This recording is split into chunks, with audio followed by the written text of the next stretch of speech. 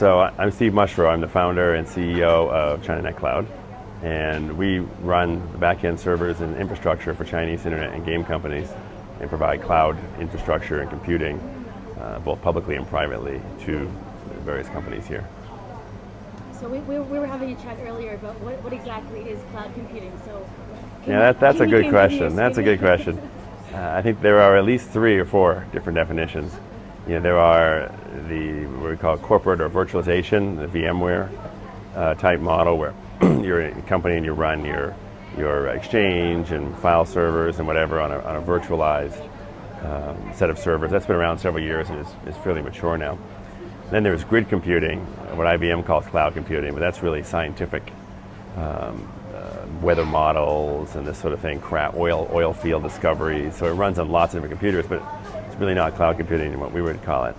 And then there's cloud infrastructure, which is what we do, which is really providing virtualized servers and systems to the internet space, so you can run your favorite website or run anything you want. You don't have to change anything, just run whatever software you already have. And then there are cloud applications, which you hear a lot about. So that includes Salesforce.com, Google Docs, things like that. These are really applications that run on a bunch of servers somewhere that happen to be a cloud. And so it gets very confusing because there's many different pieces and parts, and they're all based on some sort of virtualized or fake server. And the question is, how many do you have? How do you run them and things like that? So when you're looking at the China market, you're saying that there's really no cloud applications like there is in North America or Europe. Why do you think that is? I think it's still early here. There are really very little cloud infrastructure other than what we're doing and some of the things IBM is doing in grid computing. There's no real companies doing this. It's very capital intensive is the first problem. And it's also very skill intensive. So if you look at companies like Google or Amazon, they've spent billions of dollars building out sort of cloud infrastructure, usually for themselves. And then how do they make that available to other people? Nobody here doing that. Nobody here, and they have the money, but it takes years and years and lots of money, and it's not clear that it actually makes any money. So that still remains to be seen. The second side is it takes a lot of skill to run these things. It's one thing to run one server or 2 or 10 or even 1,000 physical servers. And there are several companies here doing that. But when they're virtual and sort of all moving around and all going up and down and crashing and all of this, the technical challenges become quite stronger. And one of the reasons our business exists is because right now in China there's a huge shortage of technical talent. And so it's very hard to get these things done, even if you have all the money.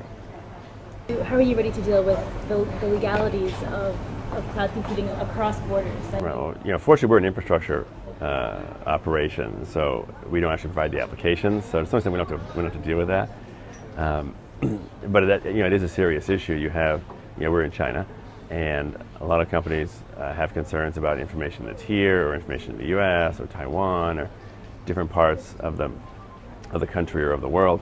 And it's a very unclear area. Yahoo's had some issues around some of this and different people, and it's already complex, right? Because eBay, there are certain things that are legal to sell in one country but not in others, and even that area is not organized, right? You can't sell certain things in Germany that you can sell in France, but you can sell in England, and still very unclear. And that's those laws have been there for 50 years, and the technology's been there for 20, and we still don't really know.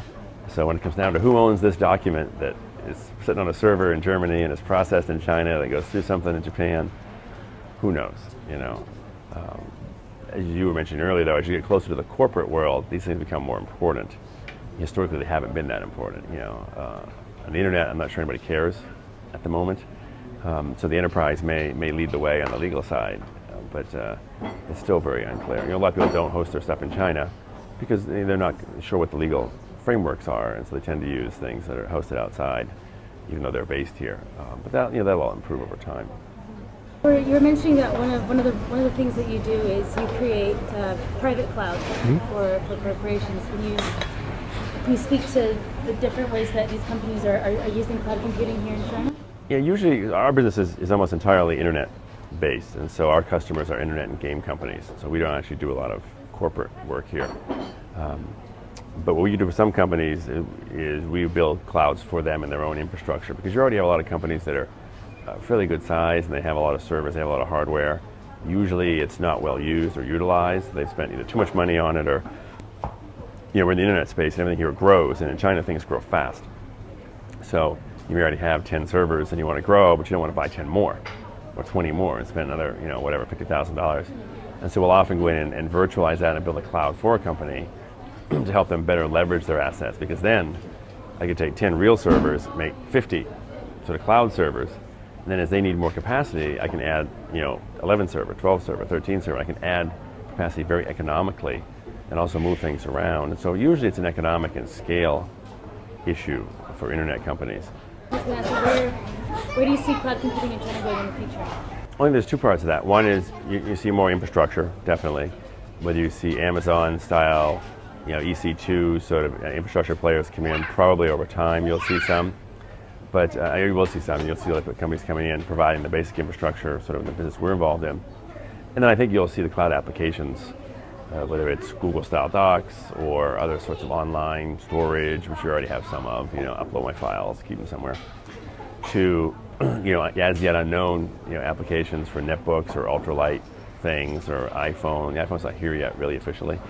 So we don't see that yet, but obviously there'll be infrastructure supporting all of that, and I think that'll be very interesting. And some of it becomes some homegrown innovation. I think once the U.S. starts creating a lot of new, and Apple and building a lot of new stuff, you'll see a lot of that come here very quickly, especially once the infrastructure is there to do it economically. Still today, if there's some wonderful game or thing in the States, you still have to buy 100 servers to do it here. We help with that, but it's still not an easy process. But once there's more infrastructure, then, and we try to help our customers do this, is if you have an idea or whatever, let's start on one cloud server, 2 cloud servers, 3, get started very cheaply and simply, see if the market likes your product, and then let it grow and let it morph and that kind of stuff. And I think you'll see a lot more of that kind of thing. That lets the innovation happen much more quickly, and lets it certainly adapt, foreign things for Chinese market, and obviously Chinese language and Chinese a lot of things. And I think you'll see a lot of that grow. Again, where's the revenue for it? Who knows? Because I don't think anybody knows for any of this. But and the legal issues and all that will get tested and sorted out and haggled over. But I think within 3 years probably you'll see a lot of that stuff here.